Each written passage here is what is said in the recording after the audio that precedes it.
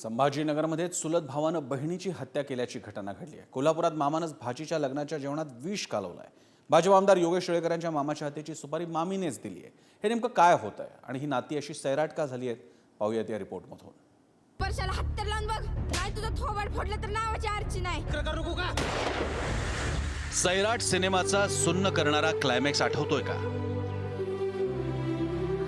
आपली बहीण आर्ची आणि तिचा नवरा परशा यांना प्रिन्स ठार मारतो।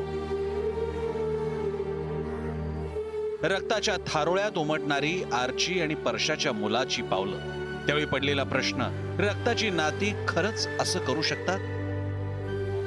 मात्र सध्या आजूबाजूला घडणाऱ्या घटना पाहिल्या तर रक्ताचे नातेवाईकच सैराट झाल्याची उदाहरणं पाहायला मिळतात।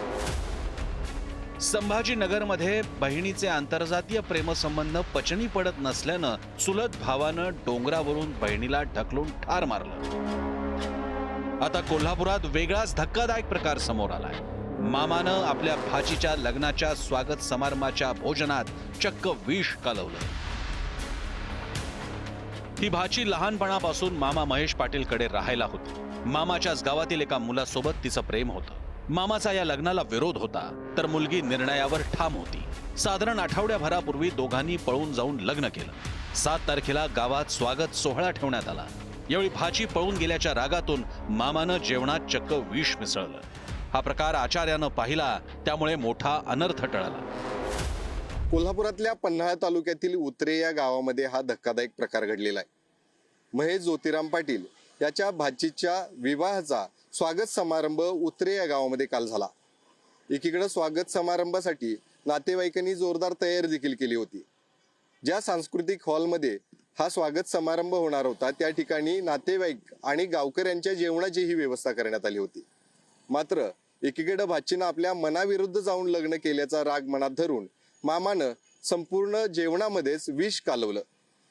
खर तर हे विष कालवलेलं जेवण अनेकांनी त्या ठिकाणी खाल्लं नाही, म्हणूनच मोठा अनर्थ त्या ठिकाणी टळलेला आहे। भाचीवरच्या रागापायी हा कंस मामा संपूर्ण गावकऱ्यांच्या जीवावरच उठला होता। मात्र आजच्या कलयुगातला हा कंस केवळ मामाच्या रूपात नाहीये, तर भाऊ, काका इथपासून ते अगदी बायको आणि पोटच्या मुलाच्या नात्यात सुद्धा लपलाय। 1 मे 2023, ठिकाण जालना। मुलानंच जन्मदात्या आईवर लैंगिक अत्याचार केले। मे ऑगस्ट 2024, ठिकाण विक्रोळी। चुलत भावांकडून अल्पवयीन बहिणीवर अत्याचार। 30 डिसेंबर 2024, ठिकाण डोंबिवली। जन्मदात्या बाबाकडून अल्पवयीन लेकीवर अत्याचार। 6 जानेवारी 2025, ठिकाण संभाजीनगर। प्रेमसंबंध पसंत नसल्यानं चुलत भावाकडून बहिणीचा कडेलोट। 7 जानेवारी 2025, ठिकाण कोल्हापूर। मामानं भाचीच्या लग्नाच्या स्वागत समारंभाच्या भोजनात विष कालवलं।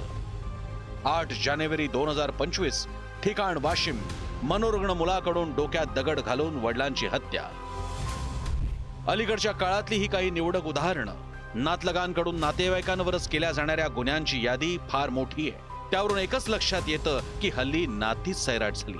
हे असं का होतंय याचा समाजानं गांभीर्यानं विचार करण्याची गरज आहे। कोल्हापूरहून शेखर पाटीलसह विक्रांत शिंदे, पुढारी न्यूज।